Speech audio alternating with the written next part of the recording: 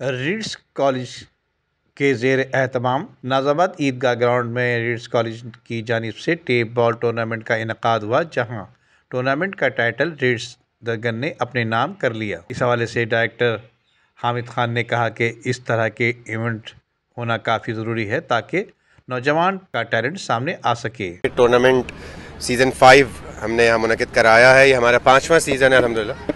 और जो बेहतर कम्युनिटी सर्विस हम समझते हैं कि बच्चों की फ़िज़िकल एक्टिविटीज़ के हिसाब से कराई जा सकती हैं, उसमें एक बहुत ही अच्छी एक्टिविटी बहुत अच्छे लेवल पे कराने की कोशिश करते हैं।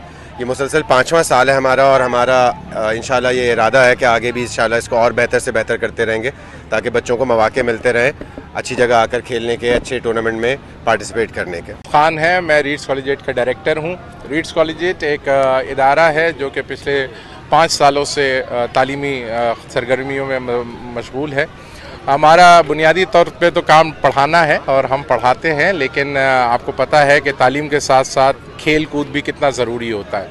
तो लिहाजा हमने ये रिवायत डाली है कि हम हर साल जो है इस क्रिकेट टूर्नामेंट का इनेकाद करते हैं, और ये 5वां सीज़न है। मौजूद हैं गर्ल्स जो है वो अभी फ़िलहाल इनक्लोजर में है। उनका बैडमिंटन टूर्नामेंट इंशाल्लाह जल्द होने वाला है।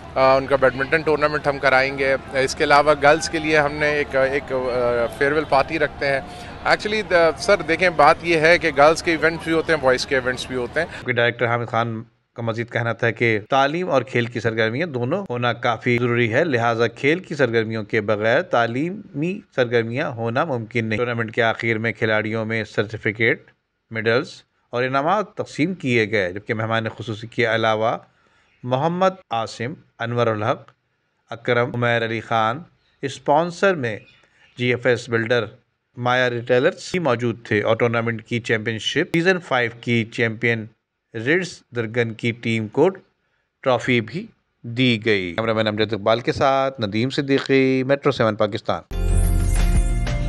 उम्दा में पकाएं और जी भर के खाएं।